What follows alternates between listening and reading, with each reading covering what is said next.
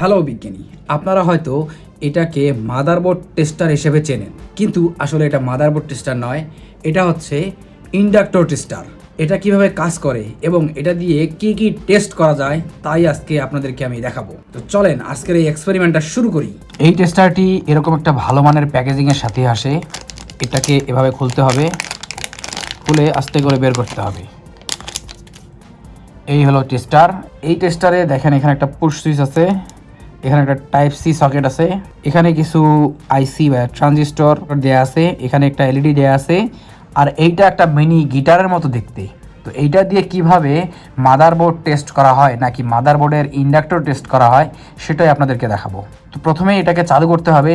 চালু করার জন্য এই টাইপ সি পোর্টে এখানে চার্জার দিয়ে টাইপ সি পোর্টে পাওয়ার দিতে হবে। আমি এরকম একটা চার্জার নিয়ে নিলাম। এই চার্জার দিয়ে যে এটাকে চালু করব। এই চার্জারের টাইপ সি কেবল, এটাকে আমি পাওয়ারে দিয়ে দিলাম।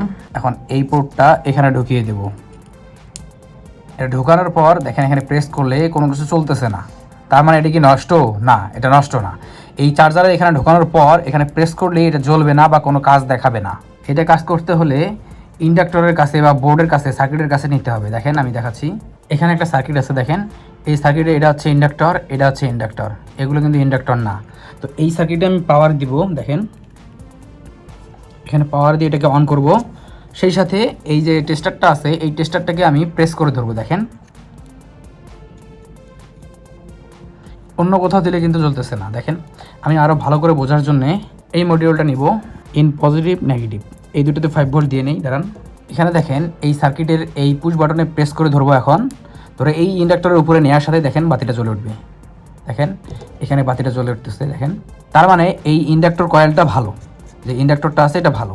এখন এই ঠিক একই টেস্টারটা অন্যান্য কম্পোনেন্টের উপরে ধরলে দেখেন কোনোভাবেই কোনো কাজ হচ্ছে না, কোনোভাবেই কোনো লাইন পাচ্ছে না। ঠিক আবার যখন ইন্ডাক্টরের উপরে নিয়ে যাচ্ছি তখনই লাইন পাচ্ছে।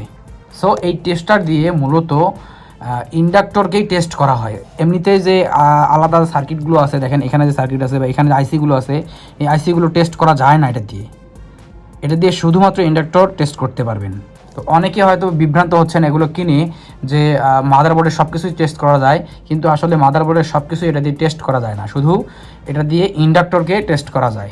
আমি আপনাদের সুবিধার জন্য একটা ইন্ডাক্টর কয়েল নিয়ে নিলাম, এটাকে ভালো করে টেস্ট করে দেখাই। এইদিকে একটা প্রান্ত, এইদিকে একটা প্রান্ত, দুইটাকে এভাবে লাগিয়ে দিলাম। একটু গরম হবে, খুব দ্রুত আমি চেক করব। এখন এটা প্রেস করে ধরে দেখি। দেখেন ইন্ডাক্টরটাকে পাওয়ার দেওয়ার সাথে সাথে এখানে প্রেস করে এখানে ধরার সাথে সাথে দেখেন জ্বলে উঠতেছে, তার মানে ইন্ডাক্টরটা ভালো।